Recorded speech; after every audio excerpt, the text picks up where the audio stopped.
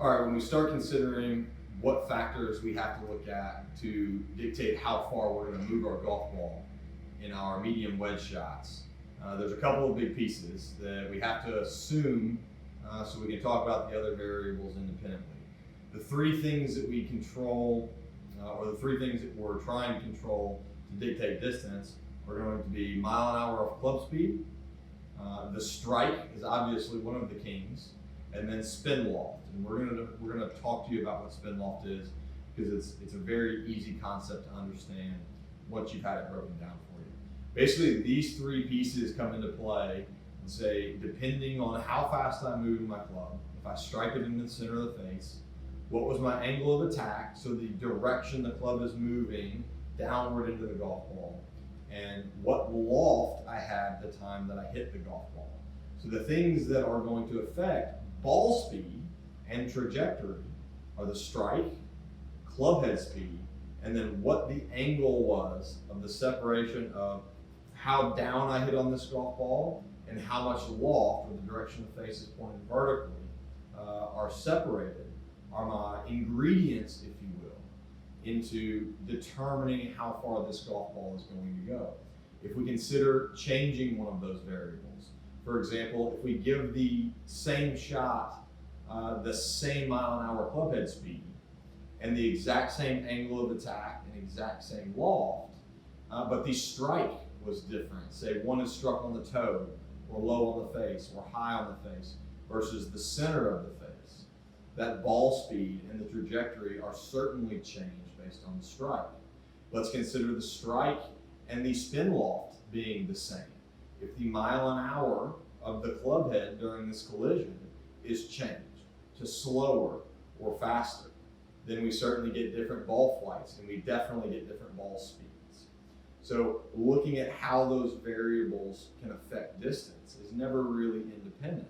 If we said I have the exact same club head speed and the strike is going to be in the center of the face, but I have changed geometrically how much downward I am on this golf ball and how much loft there is at the time of impact, it's certainly going to change spin and flight and ball speed. So our recipe has to all come together into the bucket to create that condition that we're looking for to move my golf ball, the flight and spin and distance that I'm looking for. So there's a couple of things as we look at this of what should be controlling my mile an hour. For a lot of people in their mid-wedge shots, they do the opposite of really what I'm going to see better wedge players do, which is limit rotation. And we talk about this in full swing a lot.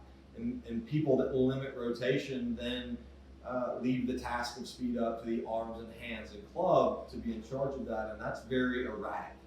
Whereas if we can control the mile an hour of our club by the speed at which we're rotating in downswing, we get a very consistent mile an hour. And I actually do some research on this with higher level golfers of how good they are at actually repeating a mile an hour when the club head speed is dictated through rotating instead of limiting rotation and requiring the hands and arms to pull through and requiring a tremendous amount of face angle change and changing a lot of the other variables.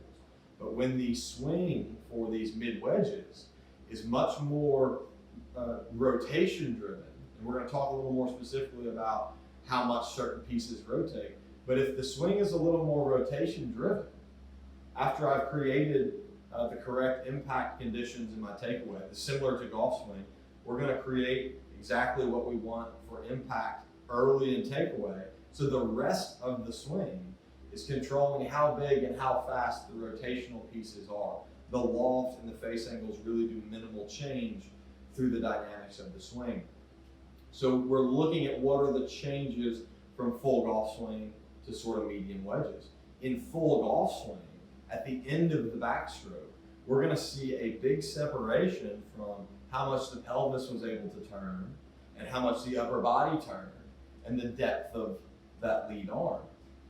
We need those pieces separated in golf swing so that when we start downswing, we're able to accumulate a lot of speed by some of those pieces speeding up and slowing down in the order they're supposed to. lower body opens, upper body opens, and that pulls the arm and club through at maximum speed. In mid-wedges, we're not looking for maximum speed. We're looking for a little bit more of a consistent speed. So instead of seeing these pieces separate a lot in terms of how much they rotate, my definition of the wedge movement is that those pieces are going to rotate very similar amounts and rotate at about the same time in downswing. If we measure this in 3D, we know that they don't do that simultaneously. But if we are trying to get them closer together and not allowing them to separate out as much, it's a little bit easier to create a consistent, smooth mile an hour at the time of the strike. Then when we want to speed it up or slow it down, it's not done with delaying the club head or trying to speed the club head up. It's simply done by increasing the speed at which I rotate. I'm not leaving the task of speed up to the arms and hands and manipulation of the club head, because that's certainly going to spoil our angle of attack, our dynamic loft, and our face and path left and right. So the basic movement of creating mile an hour needs to be, as I make my backstroke, the pelvis and the rib cage are traveling at a little bit more of a similar angle change here. When I feel like to go farther, the lower body couldn't and the upper body is going to separate, that's when I say we're in golf swing, and we don't need to do that with our mid-wedges. That needs to be a golf swing.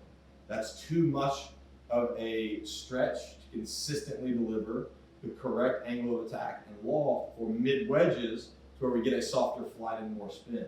The pieces, when we start separating out the rotation, start creating the club being very de-lofted, which means the ball's going to start speeding up, the spin's going to come down, which is sort of the opposite of what we want in the wedges. The other piece, so that's your mile an hour piece. We're controlling speed much more through the rotation of the pelvis and the upper body and the arm, doing things way closer together than they do in the full golf swing, okay?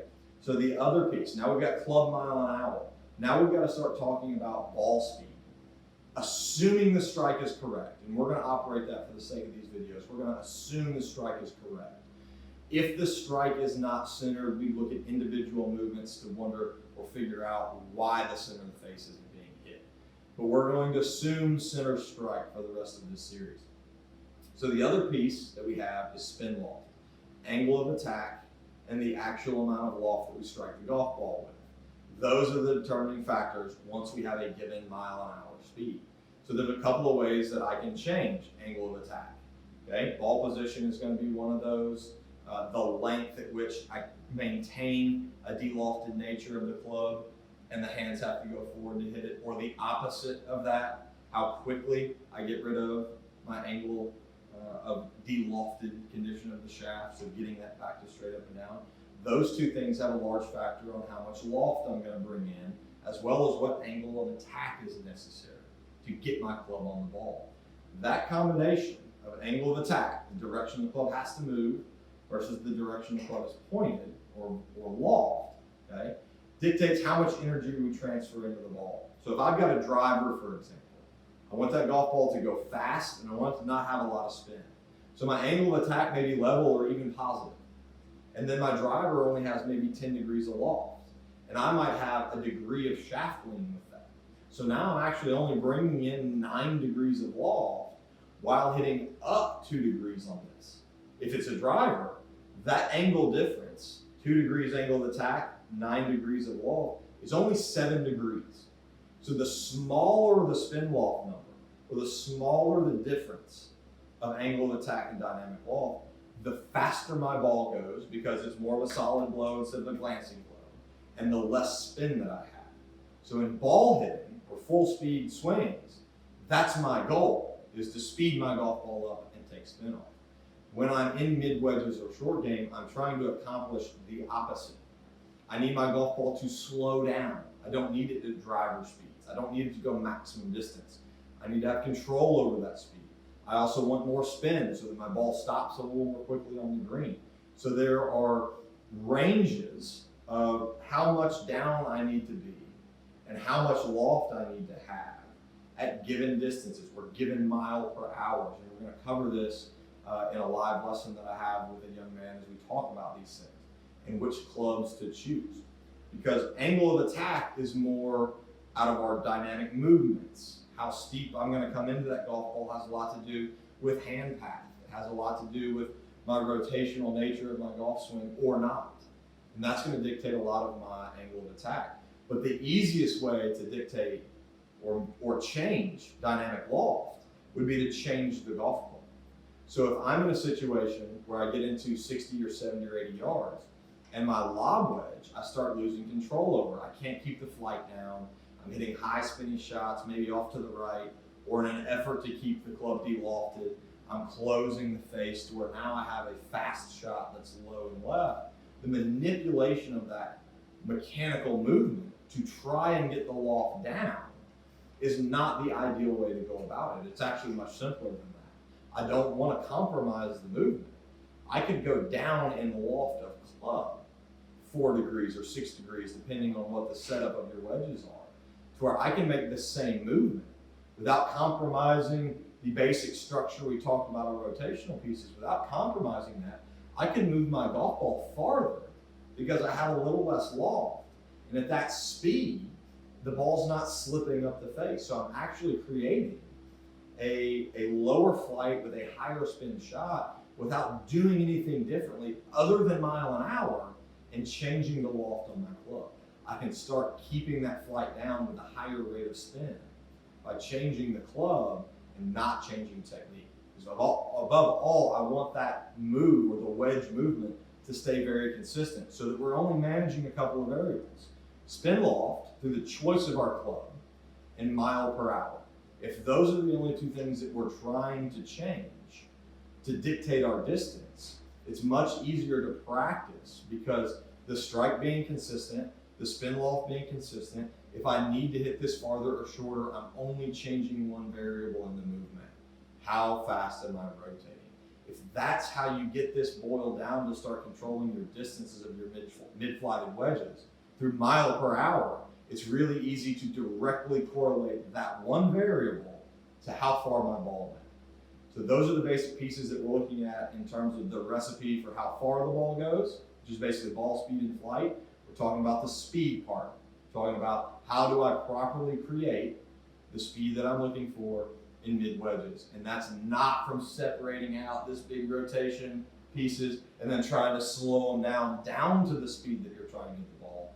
But instead, we're rotating a little bit more in unison, both in backswing and in downswing. So there's a little more consistency over what mile an hour I can actually move my club at, and a little more consistency of the angle of attack that I'm going to deliver that club at. The only two variables I change for distance are the loft of the club and mile per hour.